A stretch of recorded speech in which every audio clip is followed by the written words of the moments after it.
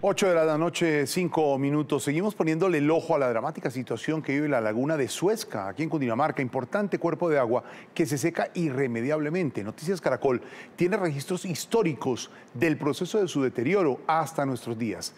¿Quién tiene la culpa? ¿O la culpa la tenemos todos? Informe especial. Esta es la historia de un muelle que se quedó esperando el agua y los veleros, y también de una laguna que empezó a morir cuando el hombre y la naturaleza unieron fuerzas para acabarla. Así luce hoy uno de los sectores más críticos de la laguna de Suezca, que hace parte de la cuenca alta del río Bogotá y que irremediablemente se seca con el paso de los días. Su proceso de deterioro no es nuevo y viene desde hace muchos años, cuenta el ingeniero geógrafo y exdirector de la CAR, Rito Alfonso Pérez. En el caso de la laguna de Suezca es un proceso que se ha venido observando, como usted bien lo dice, desde hace más de 30 años. Yo lo he venido observando así en las visitas de campo que a veces hago, como interesado en este tema, desde los años 90. Para entender mejor sus palabras, veamos esta aerofotografía tomada en 1940 por el Instituto Geográfico Agustín Codazzi. Fíjense en la parte sur de la laguna. Allí estuvimos con Fabio Ramírez, experto en gestión ambiental y quien lleva años estudiando este fenómeno. Habla de unos islotes que se observaban en la época, donde hoy solo hay praderas. Esos islotes son esa zona lateral allá, en la parte que hay sobre la línea de árboles, ahí hacia los lados donde están las casas. Ya se insinuaba el trabajo del hombre y los impactos que tendría en un futuro la agricultura. Sin embargo, en los años 60, esta otra aerofotografía muestra que la laguna mantuvo su forma, pues pocas cosas cambian. Pero en el 2003, el agua en el costado sur empieza a desaparecer y en el 2016, la parte central, su paisaje, cambia radicalmente. Las zonas rojas son vegetación nueva. Esa es vegetación de humedal, de zona húmeda, pero que está colonizando. El agua se retira y empieza a colonizar toda la vegetación. Lo muestra esta fotografía captada por los satélites de Google Earth hace 2 meses aproximadamente.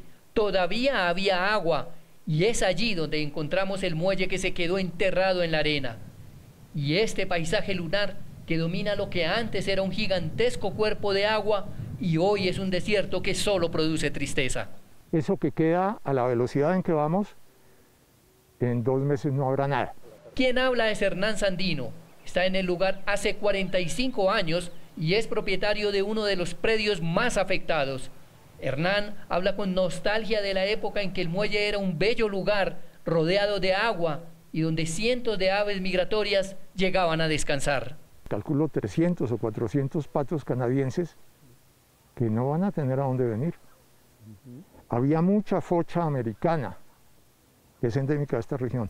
Sandino es ingeniero civil y no duda que el cambio climático y las escasas lluvias de los últimos años han contribuido al frenético cambio en el paisaje, pero también habla de la negligencia de las autoridades ambientales. Hay factores muy importantes como el cambio climático, pero también ha habido negligencia en ayudarle a la laguna a que se llene.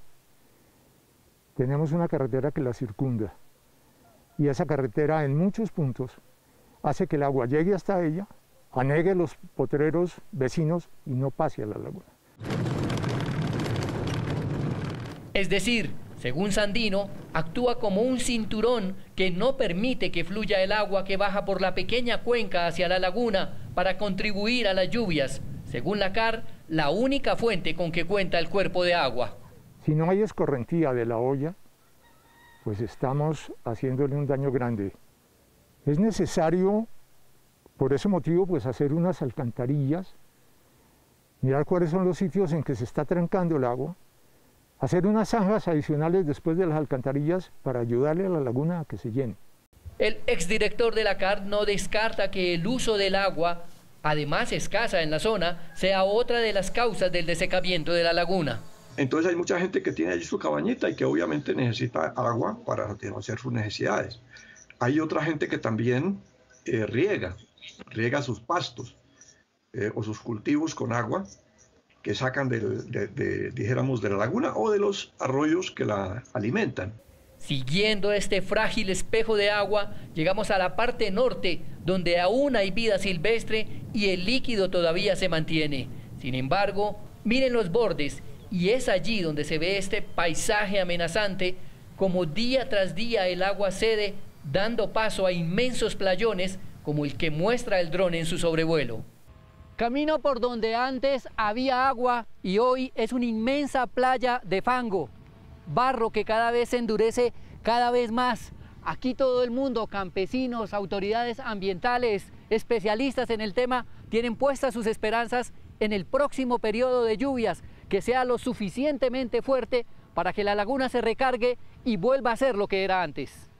Esperamos que ahorita cuando inicie la temporada de lluvias de la Cuenca Alta se recupere, que es lo más probable que ocurra.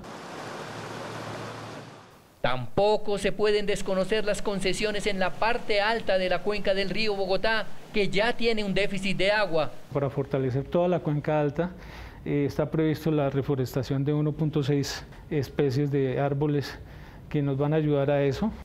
Por ahora y quizás por mucho tiempo, el muelle de Hernán Sandino se quedará esperando a las embarcaciones, y si la naturaleza y el hombre se lo proponen, tal vez algún día volvamos a ver la laguna de Suezca, ya no solo en fotografías.